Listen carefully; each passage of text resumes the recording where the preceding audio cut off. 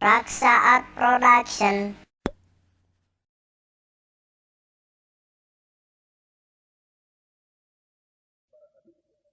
Para hadirin yang hormat dan para pendengar yang saya muliakan, alhamdulillah saya dapat menyajikan acara Shahibul Hikayat melalui pita kaset ini. Maka cerita yang saya akan sajikan melalui pita kaset ini adalah yang berjudul atau bertitel Jaya Lengkara atau Si Miskin. Tapi sebelum cerita saya mulai atau sebelum cerita saya sajikan, tidak lupa terlebih dahulu saya menyampaikan salam saya buat para pendengar di mana saja. Assalamualaikum warahmatullahi wabarakatuh.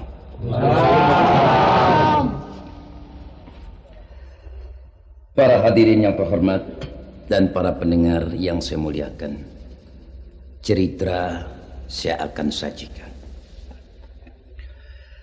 Al-Kaisah, kata Shahibul Hikayat, bujangga yang ampunya cerita menceritakan di dalam hikayatnya, di zaman dahulu kala adalah sebuah negeri.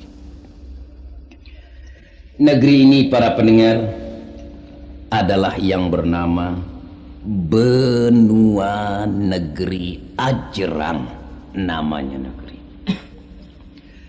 Benua Negeri Ajrang besar negaranya, subur dan makmur hidupnya rakyat di waktu itu. Tanaman, tumbuhan tidak kurang ditanam orang sebagai alat permakanan rakyat di dalam negeri Ajrang di waktu itu. Kalau kita berdiri di pinggir jalan raya, kelihatanlah toko-toko yang berjejer di pinggir jalan. Barang yang dijual di dalam toko ini, para pendengar, kata di dalam hikayatnya, bermacam-macam. Kelihatan, kata hikayat, toko baju lain, kain lain, celana lain, sepatu lain, sendal lain, bakiak lain, jadi lain-lain. Ya kalau nggak lain ya tentu sama nih para pendengar. Para pendengar, kita tidak ceritakan rajanya yang memerintah di negeri Ajrang. Sekarang kita ceritakan ini negeri Ajrang betul-betul makmur, para pendengar. Di samping makmur rakyatnya dan juga negerinya subur kelihatannya di negeri Ajrang ini. Ini para pendengar. Dan juga kelihatan bangunan-bangunan yang ada di negeri Ajrang ini cukup memuaskan. Ada yang indah, sederhana, dan ada juga yang kurang lumayan kelihatannya, para pendengar, yang hampir nggak beda di negeri kita ini.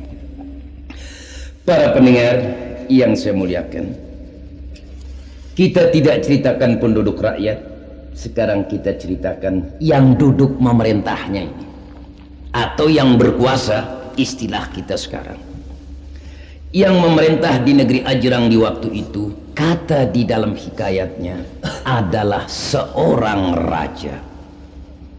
Kalau bahasa Arab mengatakan seorang malik, para pendengar. Nih kalau orang Arab bilang.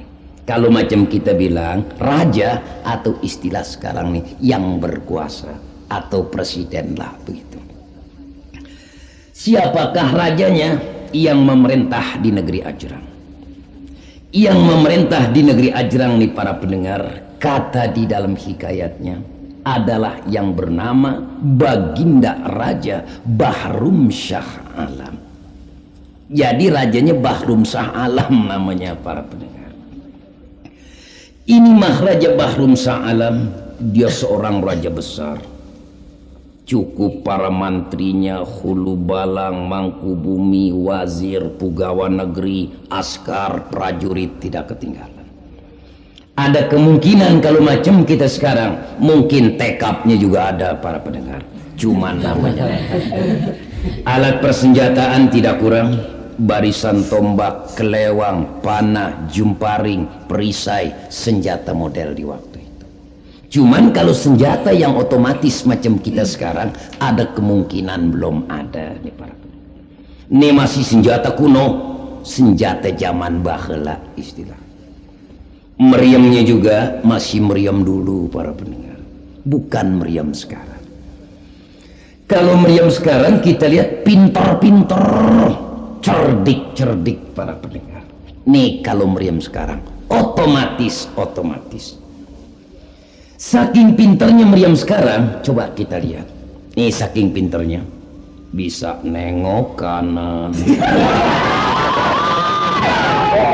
bisa nengok kiri, bisa nongak. Nih, ini meriam sekarang. Jadi pintar-pintar otomatis. Tapi kalau meriam dulu nggak bisa begitu para pendengar.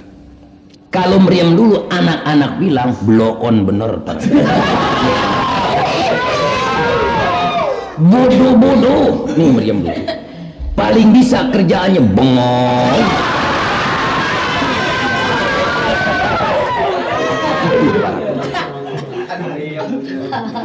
Iya mungkin para pendengar ada dalam pikiran juga ingin tanda tanya sama saya. Apa iya meriam dulu bodoh? Ini mungkin ada mau pertanyaan.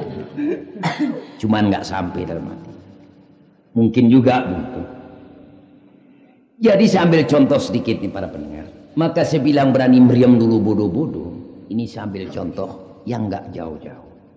Yang mungkin penduduk Jakarta itu dapat mengetahui seluruh.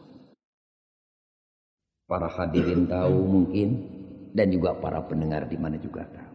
Nih kepada meriam saya kasih contoh. Yang mana saya kasih contoh sedikit, meriam si Jagur para pendengar. Ya pan enti kenal, para pendengar kenal tuh meriam si Jagur. Siapa yang nggak kenal meriam si Jagur? Kalau orang yang duduk di daerah Jakarta Raya, tentu mengenal kepada si Jagur. Ini meriam si Jagur nih para pendengar. Sebenarnya bodoh, blow on istilah anak sekarang, nggak bisa apa-apa. Waktu itu ditaruh masih di pasar ikan para pendengar. Tapi pada tahun 50-an yang saya ingat para pendengar, ini meriam si Jagur walaupun bodoh, walaupun tidak bisa apa-apa, pada tahun 50-an di waktu itu ditakuti oleh orang Islam kebanyakan. Nih kepada umat Islam ditakuti sebagian. Ngeri lihat si Jagur para pendengar. Takut kenapa? Takutnya dianggap manjur ini si Jagur para pendengar. Dianggap keramat nih si Jagur. Padahal dia nggak manjur. Padahal dia tidak keramat para pendengar. Besi karatan Portugis punya peninggalan semenjak Perang Dunia Kedua. Itu mungkin saudara tahu. Atau para pendengar. Jadi walaupun dia besi karatan, tapi umat Islam di waktu itu pada tahun 50 pada takut kebanyakan. Ngeri lihat si Jagur. Dianggap keramat, dianggap manjur para pendengar. Karena dianggap keramat, dianggap manjur, tidak sedikit umat Islam lakinya, perempuannya, janda mudanya, janda kawakannya datang sama si Jagur. Itu macam-macam permintaannya dia. Kena dianggap keramat nih si Jagur. Dianggap manjur. Ada orang laki-laki yang pengen kaya minta sama si Jagur. Yang pengen naik pangkat minta sama si Jagur. Yang pengen naik gaji dalam kerjanya minta sama si Jagur. Itu laki-laki kebanyakan. Nih di waktu itu pada tahun 50. Perempuannya begitu juga. Ada saya lihat pada tahun itu seorang janda kawakan para pendengar. Ini udah lumutan nih janda.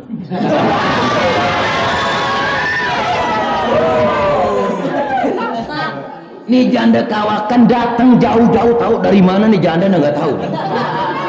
Buat anak nggak nanya dari mana tempatnya nggak nanya. Datang nih para pendengar. Dia kena udah lama jadi janda belum dapat jodoh, jadi datang masih Jagur. Pengen supaya cepet dapet jodoh. Ampe nangis di depan si Jagur, ngereng, istilah anak Jakarta bilang. Nangis di janda kawakan. Ya Tuan Jagur, nih katanya. Tolong ayo ngapa Tuan? Ayo udah lama jadi janda gitu. Kalau lama-lama bicara.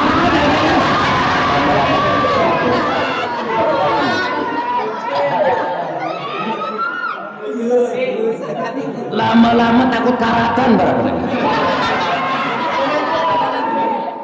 Nah karatan pakai bingung, nah amplas banyak para pendengar. Jangan bingung. Ini jangan bingung. Jadi tuh banyak yang salah usul. Akhirnya dapat jodoh kagak. Ini akhirnya menjadi termasuk golongan orang yang membolehkan. Ini tidak dibolehkan sebenarnya. Dalam hukum agama, dalam peraturan Islam agama Allah, ini tidak dibolehkan kita minta kepada si Jagur. Kalau kita sebagai hamba Allah nih para pendengar, sebagai umat Islam, umat Rasulullah Sallallahu Alaihi Wasallam, kalau ada keperluan andai kata, keperluan apa saja kita ini, macet dalam usaha andai kata, pengen maju, dagang kita macet, pengen laku andai kata, pengen maju, pengen naik pangkat, perempuannya pengen dapat jodoh, gadisnya ke janda mudanya maupun janda kawakannya pengen dapat jodoh, jangan kepada si Jagur. Itu tidak membawa manfaat apa. Kalau kita ingin mendapat kebaikannya, andai kata pengen dapat kesenangan segala halnya, bangun di tengah malam nih para pendengar. Ini saya hanya kasih saran untuk dalam kebaikan kita sebagai umat Islam. Bangun di tengah malam jam 1 malam atau jam 2 malam, orang-orang tidur kita bangun. Nih para pendengar, sudah bangun kita bersembahyang tahajud 2 rakaat sembahyang sunnah. Atau sembahyang hajat 2 rakaat, sudah kita sembahyang hajat 2 rakaat atau tahajud 2 rakaat, lalu kita mintalah kepada Allah. Laporkan hal kita, kesulitan kita, kehidupan kita di atas dunia ini. Apa yang kita ingin kepada Allah kita minta.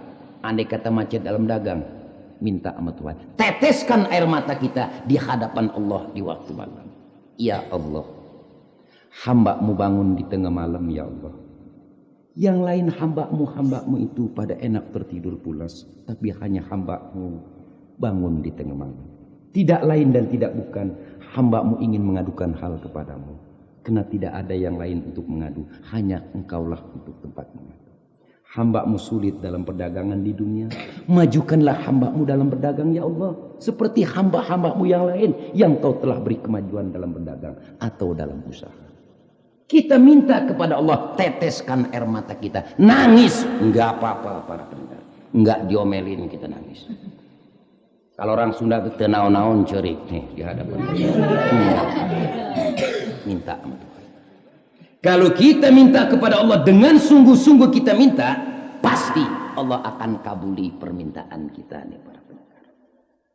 Sebab Allah sudah katakan dalam firman-Nya, "Ud'uni astajib lakum." Berdoalah kamu kepadaku, niscaya aku mustajabkan doa. Itu kata Allah Rabbul Alamin. Jadi kita sebagai umat Islam hanya kepada Allah lah kita minta. Jangan kemana-mana. Jangan ke si Jagur, jangan ke Gunung Gede, jangan ngepet nih. Ini kita. Itu artinya kita menyekutukan Allah. Kalau kita menyekutukan Allah, ini bahaya besar. Tidak diterima segala amal perbuatan kita, tidak diterima segala amal kebajikan kita. Sembahyang kita tidak diterima, puasa kita tidak diterima, zakat kita tidak diterima, segala hal haji kita andai kata sudah pergi tidak diterima oleh Allah. Kalau kita selalu Production. Allah sudah katakan la tusyrik billah, jangan kamu menyekutukan aku. Ini kata Allah. Jadi kita umat Islam jangan sampai kita menyekutukan Allah. Kalau kita meminta, mintalah kepada Allah dengan sebaik-baik. Tapi ada syaratnya kalau Tuhan mau kabulin para pendengar. Ada syaratnya, jangan kata nggak pakai syarat. Kita mau masuk kerja aja di dunia, kalau nggak ada gocap nggak masuk para pendengar. Mau sekolah, kalau nggak ada sogokan ceban nggak dapat bangku. Ini maaf. Ini maaf. Jadi kita harus mempunyai syarat. Syaratnya bagaimana kalau Tuhan mau kabulkan permintaan kita? Ini para pendengar harus kita tahu. Syaratnya jalanilah perintah-perintahnya dan jauhilah segala larangan-larangan. Istilahnya Allah perintahkan suruh sembahyang, kita sembahyang. Suruh berpuasa, kita berpuasa. Disuruh berzakat, kita berzakat. Dan segala hal kebaikan diperintahkan kita. Dan apa yang Allah larang, andai kata berbuat yang tidak ini dilarang, kita tinggalkan. Berzinah andai kata, ngembat di gang hobar dilarang.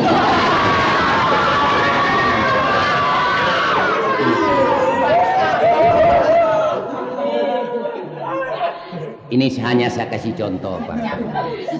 Sebab itu perbuatan yang dilarang, perbuatan yang dosa. Umat Islam tidak dibolehkan. Ini khusus buat orang Islam tidak dibolehkan. Ini berzina. Ini yang terlarang tidak. Jadi itulah satu-satunya kita minta hanya kepada Allah. Jadi waktu itu si Jagur ditakutin tuh para penabrak, nggak bisa apa-apa, nggak ada manfaat apa-apa tuh para. Jadi kita kembali lagi ke cerita itu hanya sekedar contoh para pendengar.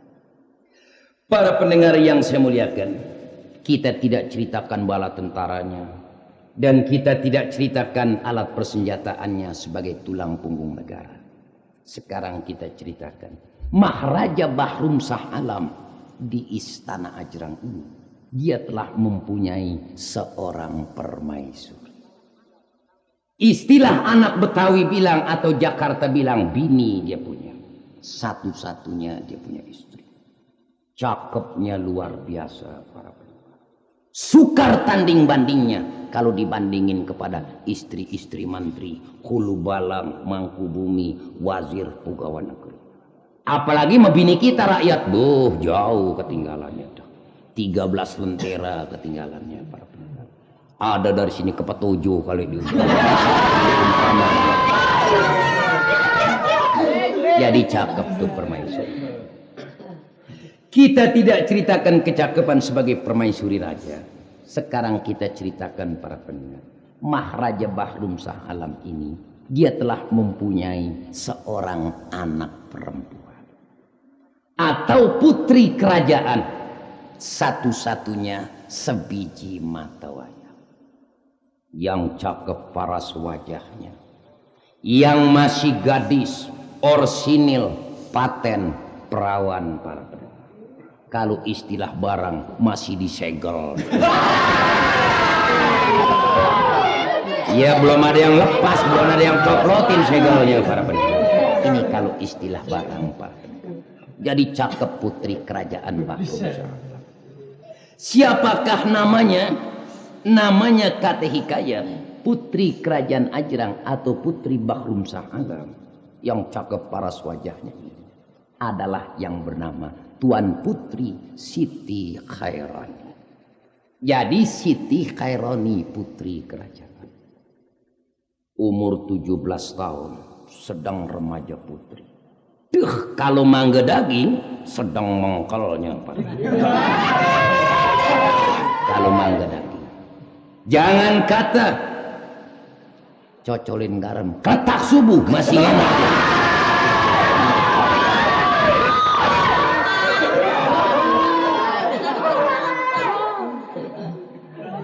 Ini kalau umpama mangga daging para pendengar, begitulah diistilahkan. Dia punya kecakapan. Tapi kita tidak ceritakan soal kecakapan putri dan kita nggak ceritakan Maharaja Bahrum Shah Alam. Sekarang kita ceritakan dulu para pendengar, di mana negeri Ajrang ini ada sebuah perkampungan atau di mana perkampungan pinggiran hutan. Di mana pinggiran hutan ini tinggal seorang pemuda miskin para pendengar. Ini di mana pinggiran hutan di satu perkampungan Ajrang. Pemuda miskin ini tapi potongan cakep para pendengar. Cuman hidupnya miskin. Rumahnya gubuk. Satu-satunya itu rumah. Mana 3 bangsa katanya lagi. Kombinasi dia punya rumah. 1 dok, 2 alang-alang, 3 daun pisang kering. Pak. Ini rumah. Siapakah namanya? Ini pemuda miskin. Ini pemuda miskin yang tinggal di pinggir hutan Ajrang. kata hikayat yang bernama yang menjadi judul dalam cerita yang bernama Jaya Lengkara. Jadi Jaya Lengkara nih pemuda miskin. Ini Jaya Lengkara nih para pendengar. Dia pekerjaannya menjual kayu. Bukan jual kayu kemana-mana. Dia jual kayu ke istana kerajaan Ajran, ke tempat Maharaja Bahrum Shah Alam. Dia udah langganan kepada raja. Bekas bapaknya dulu jadi langganan. Jadi bapaknya meninggal nih Jaya Lengkara, gantinya Jaya Lengkara sebagai tukang kayu atau menjual kayu bakar kepada Maharaja Bahrum Shah Alam di istana Ajran. Seminggu sekali dia bawa kayu tuh ke istana.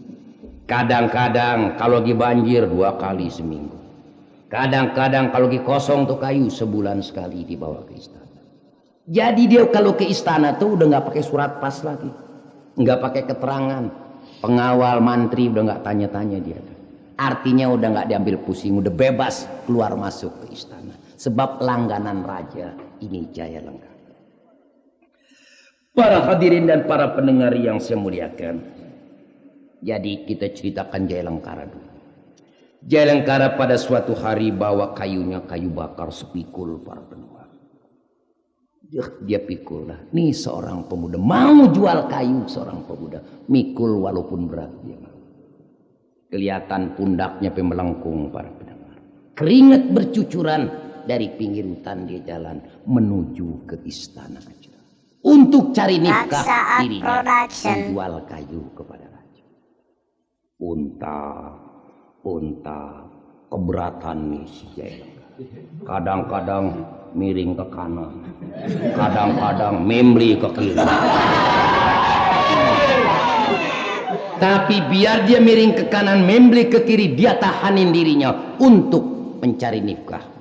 Biar pegal, biar capek di pundak, asal dapat duit buat makan isi perut. Begitulah Jaya Lengkara punya pendapat. Dia nggak malu. Biar di kampungnya banyak pemuda, dia kata sebaya dengan dia kawan-kawan yang mencela, nggak diambil pusing. Biar gadis-gadis perawan celak-celak dia pemuda kang kayu, dia nggak ambil pusing para pendengar.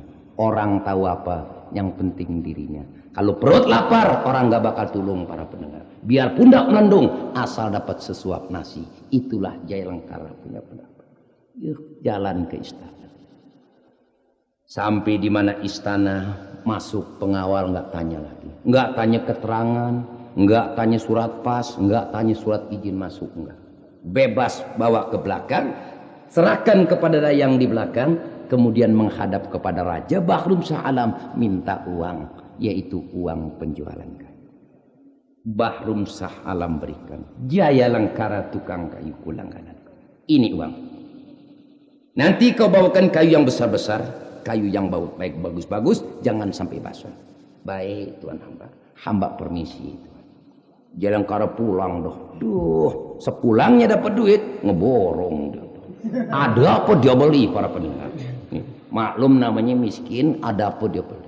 Terutama makanan dia beli doh. Ada singkong dia beli doh. Blesak, sembari jalan ngembak terus. Ya maksudnya jangan sampai kosong dia punya perut tuh para pendengar. Begitulah setiap harinya, setiap waktunya Jaya Lengkara punya pekerjaan. Jadi cari kayu, dapat kayu, bawa ke istana, jual kepada raja. Para hadirin dan para pendengar yang saya muliakan, kita tidak ceritakan Jaya Lengkara. Sekarang kita ceritakan Maharaja Bahrum Shah Alam. Bapaknya nih putri, nih Siti Hairani. Ini Maharaja Bahrum Shah Alam nih para pendengar. Lihat putrinya belum dapat jodoh. Artinya nih lihat anaknya nih satu-satunya belum ada jodohnya. Jadi dia ada rencana, ada cita-citanya pengen lihat-liatin kepada seorang nujum, tukang lihat-liatin, yaitu sama siapa jodohnya nih putri ini, yaitu Siti Hairani. Dia mau melihat sama menujum. Apakah jodohnya sama putra kerajaan? Apakah jodohnya kepada seorang mantri? Apakah jodohnya dengan pejabat besar? Apakah jodohnya dengan orang kaya? Ini nih raja niatnya pengen lihat di mana kepada nujum para. Jadi musyawarah kepada istrinya, Adinda Suri, Kakenda, ada apa Kakenda?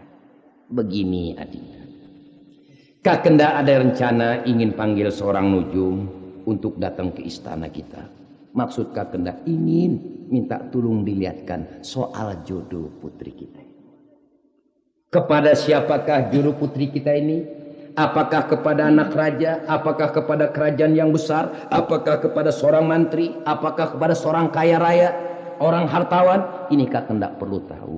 I pengen lihat-lihat di mana kenujuman. Oh Kakenda, itu tidak keberatan. Jadi musyawarah antara raja dengan permaisurinya dapat disetujui. Jadi pada suatu hari raja panggil nujum.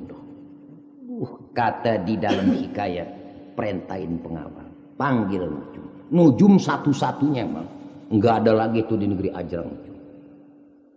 Yang banyak juga tuang liatin di jalanan tuh ada nujum yang lainnya. Tapi ini yang paling terkenal, yang paling top istilahnya di negeri Ajrang, yang paling populer para pengawal datang ke tempat nujum memberi salam. Assalamualaikum dato ahli nujum. Nujum dengar orang beri salam, sunnah memberi salam, wajib menyambut salamnya. Waalaikumsalam, siapa di depan? Pengawal nyaut, kami pengawal dari istana. Mantap, nujum dengar pengawal, tak kejut para penduduk. La ilaha illallah. Pengawal. Nujum deg-degan hatinya kontan. Tanda tanya hatinya, urusan apa nih pengawal? Jangan-jangan rumah gua kali ini. Nih ada sangkaan. Nujum keluar dah, hati deg-degan keloceng rusak. Kertak kerneng. Begitu keluar lihat, nih nujum lihat pengawal dandan denos pakai pasmen para penduduk. Mungkin deg-degan lagi. Tuan pengawal, ada kabar apa tuan? Oh dato ahli nujum, kabar baik. Silakan masuk tuan pengawal. Oh kami tidak usah masuk. Kami ditugaskan oleh raja. Ini hari juga nujum harus ikut kepada kami ke istana kerajaan, dipanggil oleh Maharaja Bahrum Syah. Nujum dengar dipanggil Maharaja Denos, mungkin bingung. Pagi-pagi gue dipanggil mau ngapain? Jangan-jangan pajak gue belum bayar kali ini. Ini ada was-was sangkanya. Lalu masuk ke dalam ganti baju bagaimana biasa. Begitu ganti baju ikut pengawal menuju ke istana. Sampai di mana istana menghadap kepada raja. Tuan hambalah seorang nujum yang Tuan panggil telah menghadap di hadapan Tuan. Raja berkata, nujum, saya Tuan. Begini nujum. Maksudku memanggil kau tidak lain dan tidak bukan. Aku minta tolong lihat di kitab kenujumanmu soal jodoh putriku Siti Khairodi. Kepada siapakah jodoh putriku? Ini aku perlu mengetahui. Apakah jodoh putriku kepada seorang kaya raya? Apakah jodoh putriku kepada seorang kerajaan lagi? Apakah jodoh putriku kepada orang hartawan? Apakah jodoh putri kepada seorang anak mantri, seorang anak penjabat yang besar? Ini perlu aku ketahui. Maka aku panggil kau, aku minta tolong dilihatkan di kitab kenujuman. Nujum, coba kau periksa.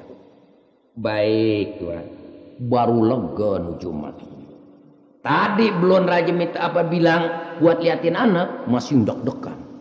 Begitu udah tahu, lega bejeblak hati. Alhamdulillah. Gua kirim si urusan apa nih? Kalau begitu soal liatin nasib jodoh putri. Tuan hamba, baik hamba akan periksa. Diambil kitab kenujumannya para pendengar.